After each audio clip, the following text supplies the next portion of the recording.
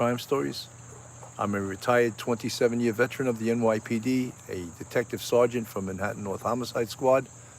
If you like real crime shows through a police perspective, please join us on our YouTube channel. Hit the subscribe button, give us a thumbs up, and ring that bell. This was one of the most interesting weeks so far I've had doing this podcast. We've been covering the Murdoch case, the Alec Murdoch case down in South Carolina, and there's been a bunch of happenings with that, including the fact that he admitted that he hired someone to shoot him to collect the insurance. And on Thursday, he turned himself in, and he's admitted to these things. His attorneys are running interference for him right now, and that whole debacle down there is the dots are starting to be connected. You know, we want to know June 7th, who killed his wife, Maggie, and his son, Paul? That's a huge, huge question. If he hired someone to shoot him to collect insurance, couldn't he not have done the same thing with them, or could he not have shot and killed them himself? These are some of the questions that need to be answered. In 2018, his maid fell down the stairs and suffered a head injury and was killed. They're reopening that investigation. The boating accident that his son Paul was operating, the boat, that was going to trial. The litigation to that in a civil case is unbelievable. Yes, Alec Murdoch was bailed out on $20,000 bail, which I feel is ridiculously low bail. I'm seeing some things in the chat. I can't address them right this minute. There's also for Alec Murdoch, there is like a million other things that the death in 2015 of Stephen Smith. Hello from Dublin, Ireland, Sandra Teeling. How are you? All of these things are coming together. We're going to address that later in the week, myself and Phil Grimaldi. But right now, what everyone seems to be focused on is the Gabby Petito case. And yesterday there were some happenings in that, including the fact that Brian Laundrie has taken off from his home apparently about 3 days ago. And no one knows where he is. Could he have taken off potentially to commit suicide because he cannot face this case? We all know that he is 100%, you know, the media likes to use the term person of interest. In law enforcement, what we like to use is he's a suspect. He's absolutely 100% a suspect. Shannon, Georgia Peach, they are finally tracking cell carrier information. Well, you know, a lot of times that cell phone information, carriers information, the text messages, the calls, it takes some time. It doesn't, no matter who you are, the phone companies don't jump through hoops to get it back quickly, no matter who is involved. Yeah, I agree. Cell phone data, cell site information, GPS information could be the key to this case. The other thing was yesterday the FBI went into the home of the Laundries, and it's unclear if they were executing a search warrant. Did they remove anything from there? Whether the parents are now in fact talking to the police, talking to the FBI, because they're now concerned with the whereabouts of Brian, fearing that he could be a suicide victim, that he could be out there maybe to take his own life. I think most of us are more concerned with the whereabouts of Gabby Petito, who's been missing now since, I believe she hasn't been heard from her parents since the 25th of August. Factual Breakdown says she'd be surprised if Brian has the balls to kill himself. You know, you could be right, but why would law enforcement tell Gabby's parents? Bill, I don't believe he's missing. I bet his parents know more than what they said.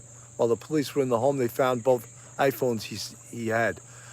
You know something? I agree. I think the parents know exactly where he is. And I believe that it was pre-planned because they knew that there was going to be a lot of people coming to their house, both to protest and both to sort of taunt them over the fact that they were what many considered to be harboring a fugitive. How he's not really a fugitive because they haven't discovered a crime yet. Is he a suspect? We all agree that 100% he is a suspect. So this is a crazy case too, and you really feel for the family of Gabby Petito. It's just crazy.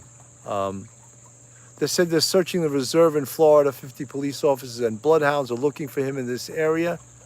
That could have been prearranged with that he told his family where he was going to go.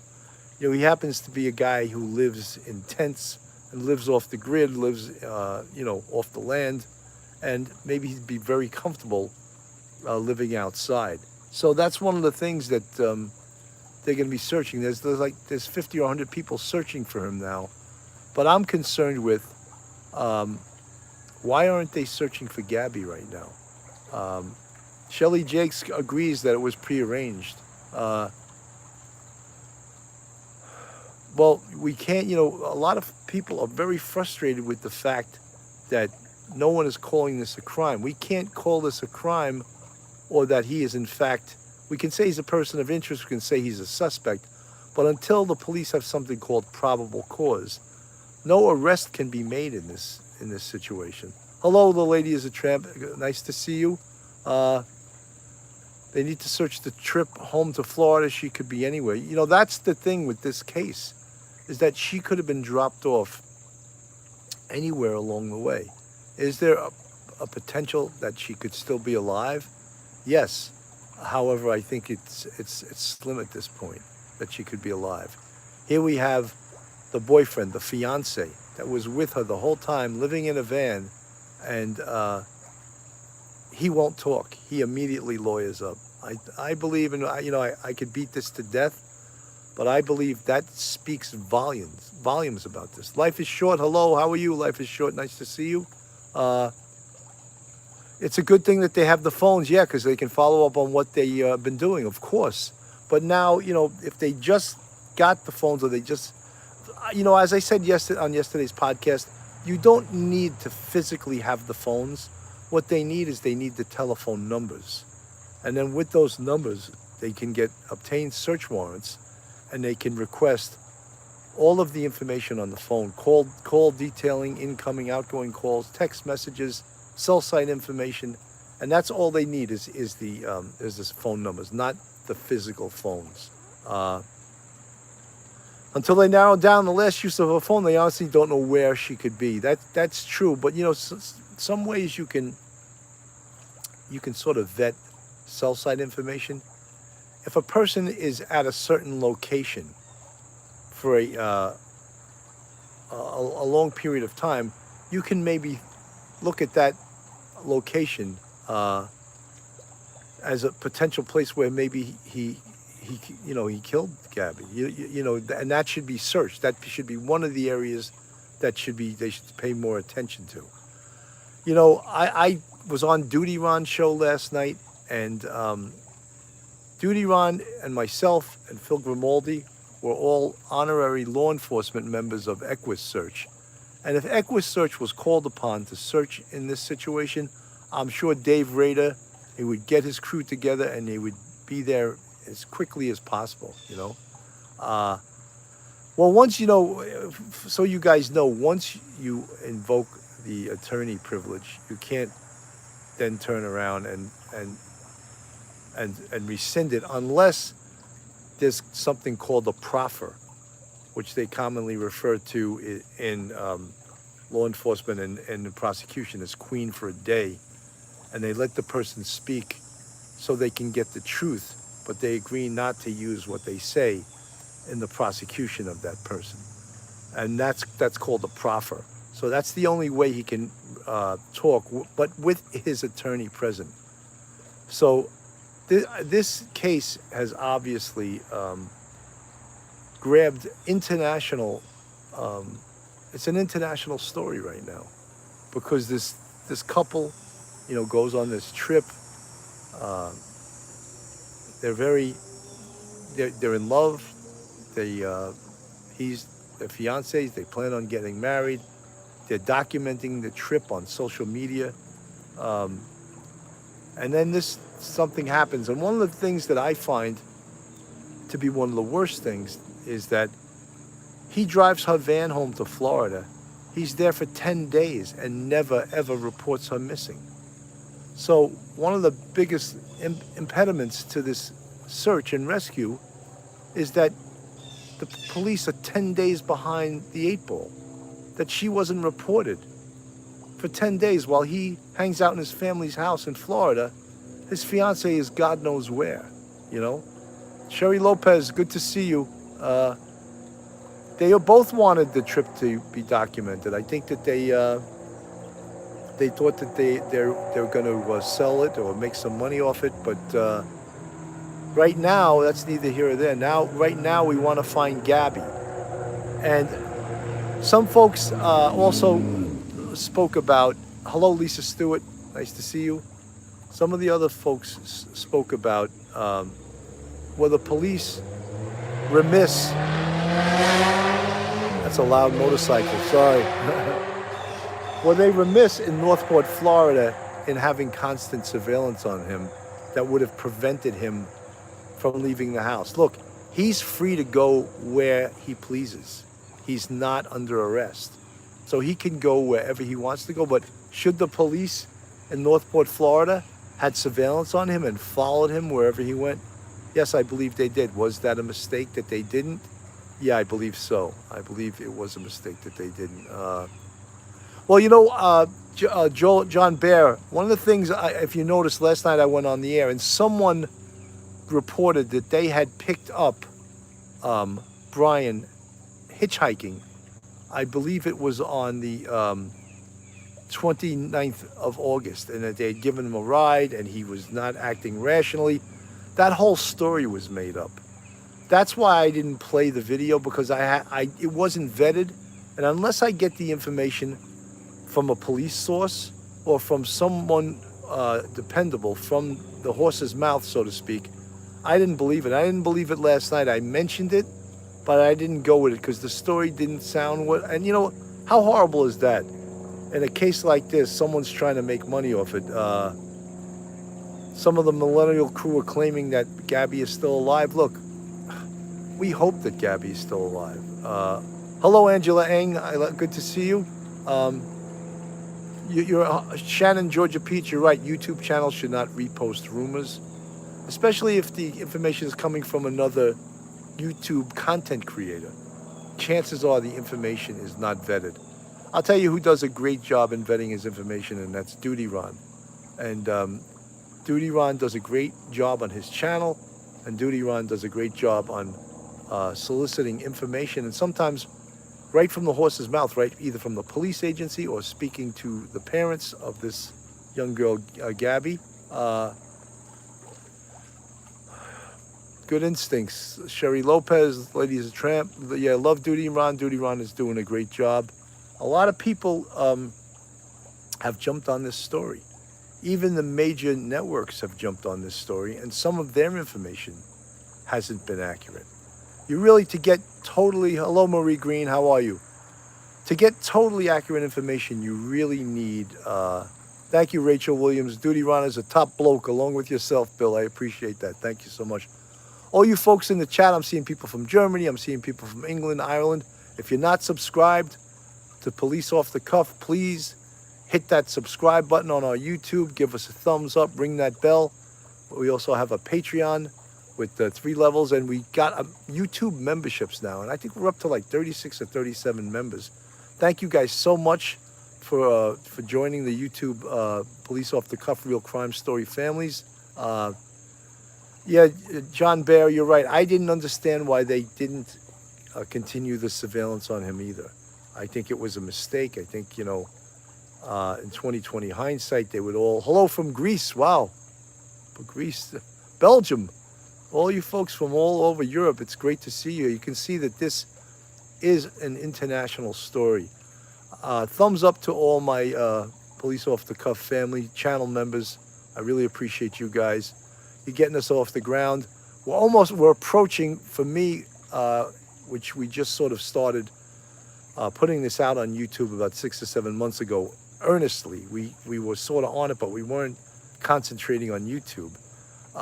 We're almost hitting 16,000 subscribers, which for me, we've grown about 2 or 3,000 in the last few days. I don't know if any of you folks watched the interview with Sammy the Bull Gravano, but you folks outside the country, if you don't know who he was the former underboss for the Gambino crime family under John Gotti, and he cooperated and avoided a lengthy prison term, which he certainly would have gotten. So instead of doing life without parole, I think he did about 10 years in prison. And the episode we did on Wednesday night, it's still available. You can go watch it. To me, was one of the finest episodes we've done so far. In fact, Sammy, the Bulls people, thought it was great, and they really praised us. And hopefully in the future, we'll be doing another show with Sammy the Bull, because he's got some really, really interesting stories. We took a little heat for doing a show with a mafia-made guy, but you know something? We all paid our dues as New York City cops. You know, I have nothing to be ashamed of.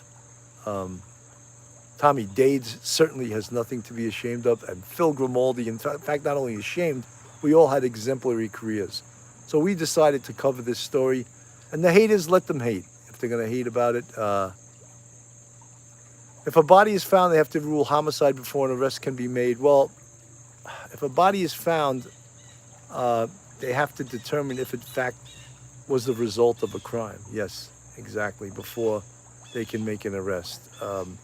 Factual breakdown, you believe Gabby was pushed or thrown off a cliff out west. Factual breakdown, what do you base that on? That's a possibility, but what do you base that on? Do you have any solid evidence, solid information? You know something, getting back to the Sammy the Bull thing, I have a clear conscience on that. We're here, we're podcasters now, we're telling stories, right? And we're having great guests coming on our show. And hopefully our guests and our audience likes these stories. And we, during our police careers, interviewed murderers all the time. That was our job, you know.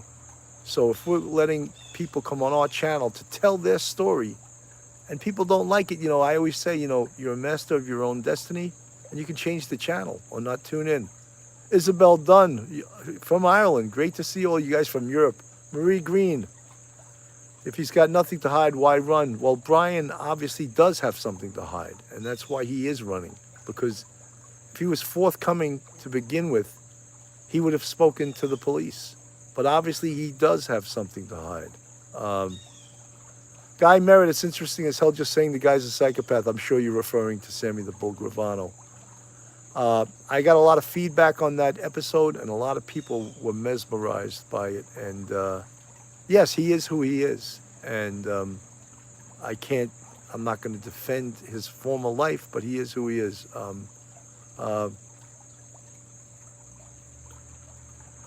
Yeah, factual breakdown. You know, I think that before we can, you know, jump to the fact that, or to concluding that she was pushed off a cliff, we have to have a little bit of evidence of that.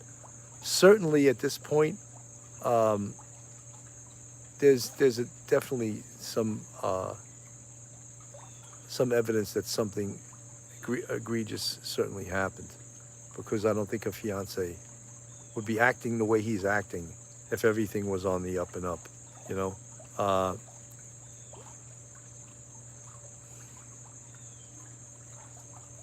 I think Brian's parents will be in trouble when if they can prove that this was a criminal act by him and he's in fact charged with a crime.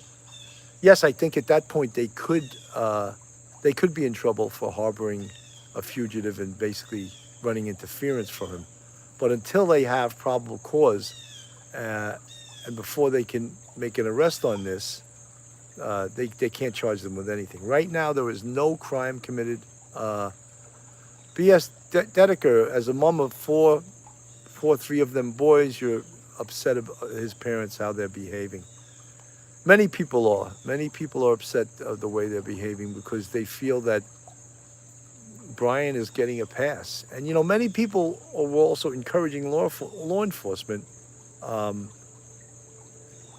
Many people were encouraging law enforcement to violate his rights and grab him and bring him in. If they did that, any information they got would be thrown out of court. He couldn't be arrested. I just saw a South African subscriber. Thank you so much. It went by so fast I didn't get your name. But thank you so much. People from all over the world are becoming fans of Police Off the Cuff Real Crime Stories. Thank you so much. Mary O.D. from West Clare, Ireland. Wow. I'd love to go there and have a beer with you. I've been to Ireland a bunch of times. I was in Clonakilty once for a wedding. I was, of course, in Dublin. Everyone goes to Dublin. I was in Cushendall. I believe that's in the north of Ireland. And Killeen, Texas. Wow. You guys are from all over the place. My King of Kings, Sunshine Ann Morgan, thank you for the $5 super chat. We're not going to forget the Alec Murdoch case. We're going to cover that also next week. We had such a full week last week, myself and Phil. One day we did 2 shows. And Alec Murdoch in the morning, and then we covered Gabby Petito in the afternoon. So it's when you do a podcast, not only do you have to Guinness is a little heavy. Julie Waldron from England, great to see you. The storage unit, you guys are coming up with all kinds of different ideas. Dallas, Texas, go Dallas Cowboys. Techni Girl 63, Staten Island country, folks.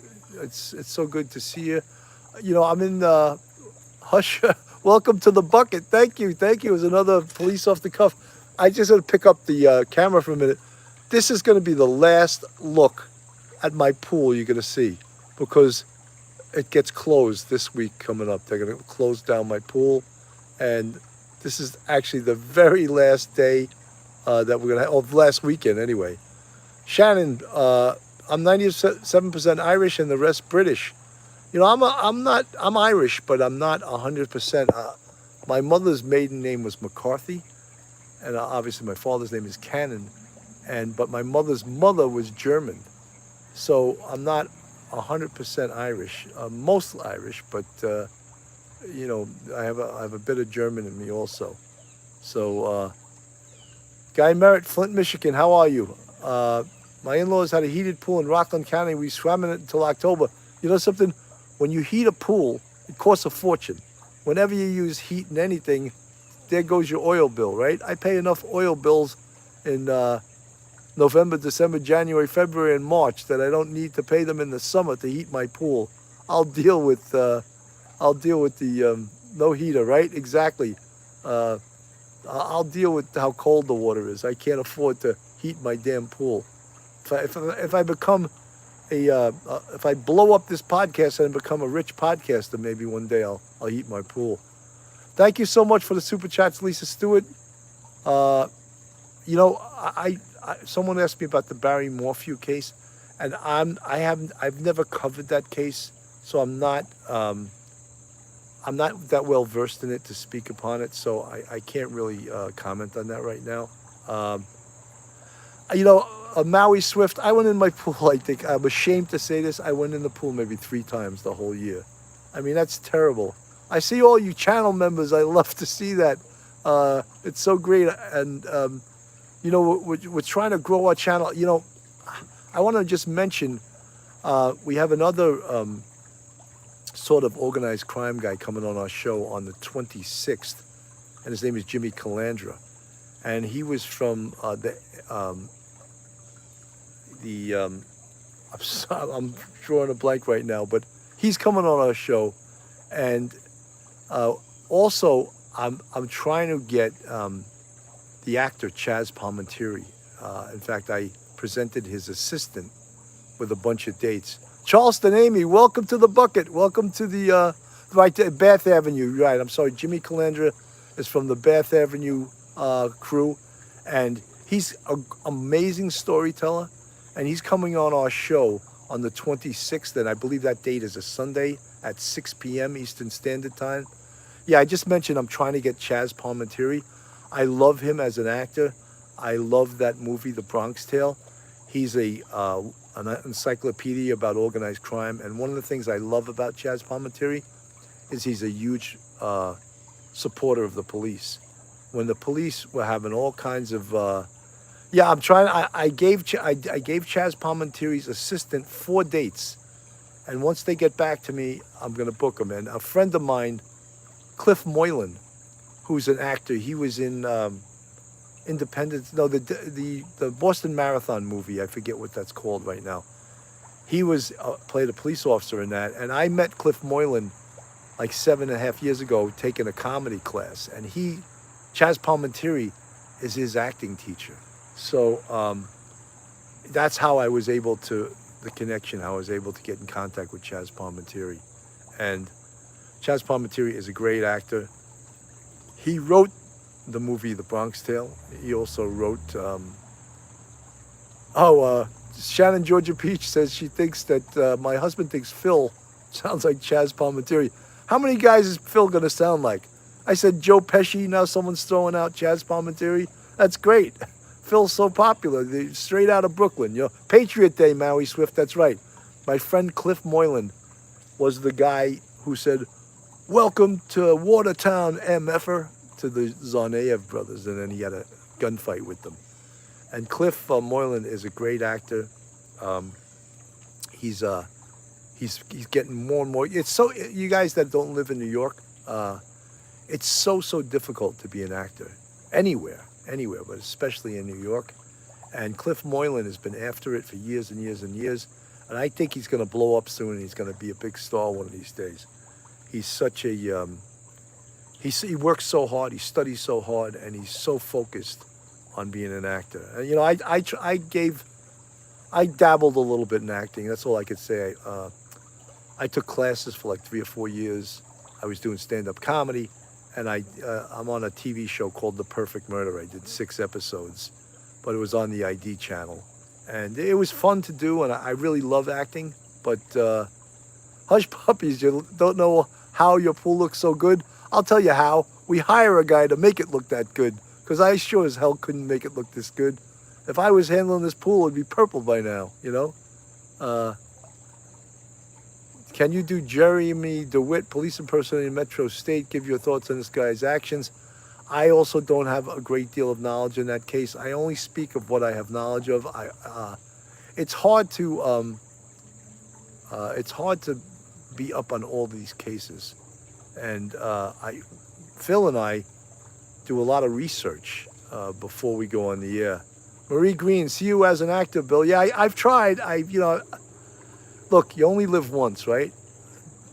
Lisa Simpson, evening from Derbyshire, England. Love it there, right? Factual Breakdown. Bill, I saw you on ID channel. I used to watch it all the time. Thank you. Yeah, I did actually 6, and Phil Grimaldi did 2 episodes on it. One was with me. We both played detectives on this case, and one he did with someone else.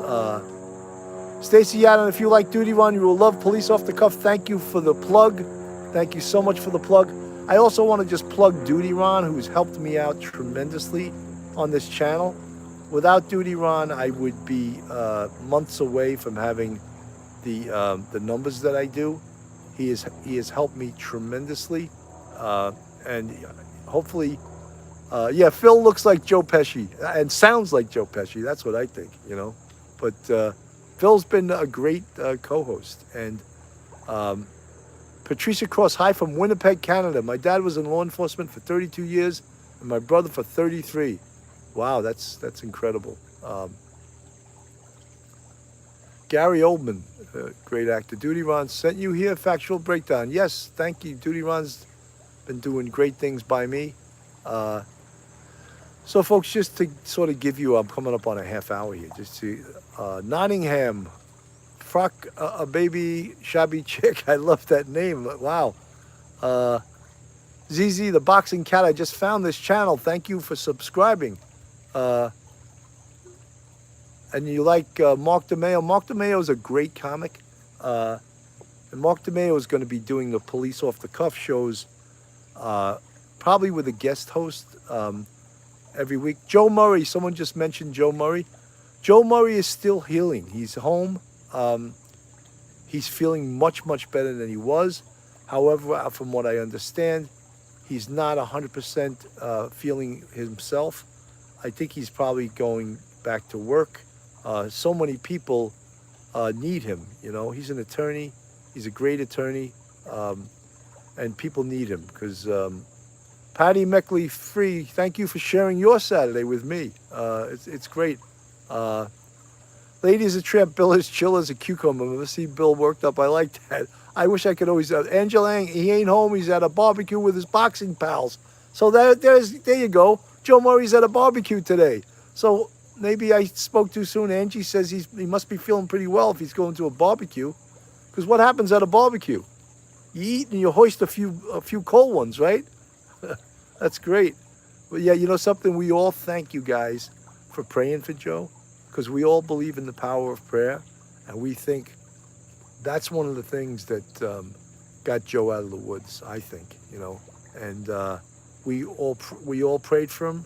And look, he's at a barbecue today, right? He's at a. Do you think this could all be some big hoax? They were big. You know, I don't think so. I don't think this is a hoax, because if this was a hoax, they'd also have to get their parents involved. And Brian's parents certainly don't need news reporters, 50 or 100 news reporters and police and the FBI in their house. How would the hoax keep going on with the FBI and the police involved? And they wouldn't want people all over their property. I do not think that this is a hoax. I mean, it's also, if you watch the car stop from the body cam video, there were some real problems here. So I think they both have some real problems, and you know, a real possibility. And folks had mentioned that Brian Laundrie could potentially be a suicide risk. You know, and that is one of the reasons that the police should have maintained surveillance on him, because he doesn't sound like the strongest guy mentally. So that's one of the reasons I think that they should have maintained. Yeah, we could come up with a million different reasons what occurred, but until we find out what actually occurred, we can't really, you know, like to say that she was pushed off a cliff without any evidence, that doesn't help anything. Right now, the area to search for her is so huge and so vast that they wouldn't know where to begin to start, you know. Amber Honeycutt, your feeling is that he left to commit suicide. That, you know, that's speculation. Is it a possibility? Yes, anything is possible, but Barry is a monster.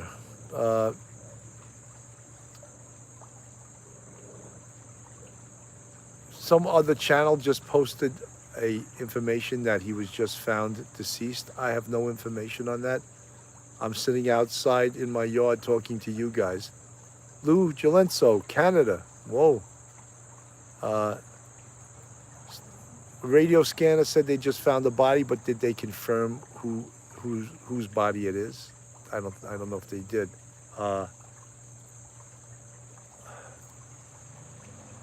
A Grand Teton park ranger, there's a park ranger that is searching for Gabby Petito in the backcountry. I'm sure there's lots of people searching for her based on where she was last seen, but minus more information, the area is just too large and too vast to search. And one of the best ways to search, of course, would be by drone, but they also have to be honed in on a specific area. The area is huge, you know, and for them to just go searching. Shannon, Georgia Peach, Canada, oh Canada, that's all I know. That's cool. This whole stuff, look, all of this stuff is somewhat what we used to call in the police biz as a whodunit. And yeah, this just the information. There's much information that just the police know that hasn't been released, and we're hoping that they have evidence that can bring about closure in this case, you know. it's such a shame is these two young people that had everything to live for, and now it looks like something quite egregious. Emma Roth, hello from Sweden. How are you, Sweden? Uh, yeah, it's just crazy. So folks, I've been on for 35 minutes now. Just myself and Phil Grimaldi are going to go live on this case tomorrow at 4 p.m. So we're going to hope. Hello, Joanne Blasich. How are you, Joanne? Folks, I don't know if you've looked at our merchandise page, but if you go on policeoffthecuff.com and hit the merchandise page, we have some amazing stuff there. We have coffee mugs with Police Off the Cuff banner on the front, dipped in butter on the back. We have some of those huge metal cups. I forget what they're actually called, Cusies or whatever. And the same thing. And then we have the shirts that say Police Off the Cuff and Polish My Rack on the front. And you can either have that on the front or not order that. We have workout gear, leggings that say Police Off the Cuff on them and dipped in butter on the back. So check out our Police Off the Cuff website and check out our merch page. And, if you like it, order something, please. And advertise, the Police Off the Cuff channel all over the place. Especially, some of you guys in Europe that people don't know about us. Turn us on to in Glasgow, in Scotland. Turn us on in Dublin. Turn us on in different parts of England. Let them know about Police Off the Cuff real crime stories. Because we're working real hard for you. And thank you guys for working hard for us. Deanna Courtney, thank you very much. She's commenting me for my service. Thank you. Yeah, I'm getting some insects landing on my great T-shirts and cups. Absolutely. If you like that, we have a sense of humor. Police Off the Cuff, dipped in butter. There's a story behind that, but people seem to love it. And hit the policeoffthecuff.com and hit the merchandise page. You're gonna love what you see. Folks, I think I've stayed longer than I really intended on staying. And I just want to say that as Phil Grimaldi and I will be live tomorrow at 4 o'clock on YouTube and Facebook Live on the Police Off the Cuff site. Please join us tomorrow. Any updates on the Gabby Petito case we're going to talk about? Yes, it stays on the case. We are definitely going to have sweatshirts. I think we do have sweatshirts on that already. Hello, Rose from Columbus, Ohio. Cherry Hill, thank you. Crime Powwow. Here in the desert, you need something to keep you warm, that's for sure, because it gets cool out there. So, folks, join us tomorrow. And as I said, we got some great shows coming up. And if you can join us tomorrow at 4 o'clock, I'd appreciate it. So, on behalf of Police Off the Cuff, Real Crime Stories, I'm Bill Cannon, and I'm going to be signing out now. Thank you guys so much for joining me. And have a great rest of your day. And take one last look at my pool, because I'm going to be closing it. Oh my God, it's going to be closing next week. So this is the last you'll see of it. Have a great day, everyone.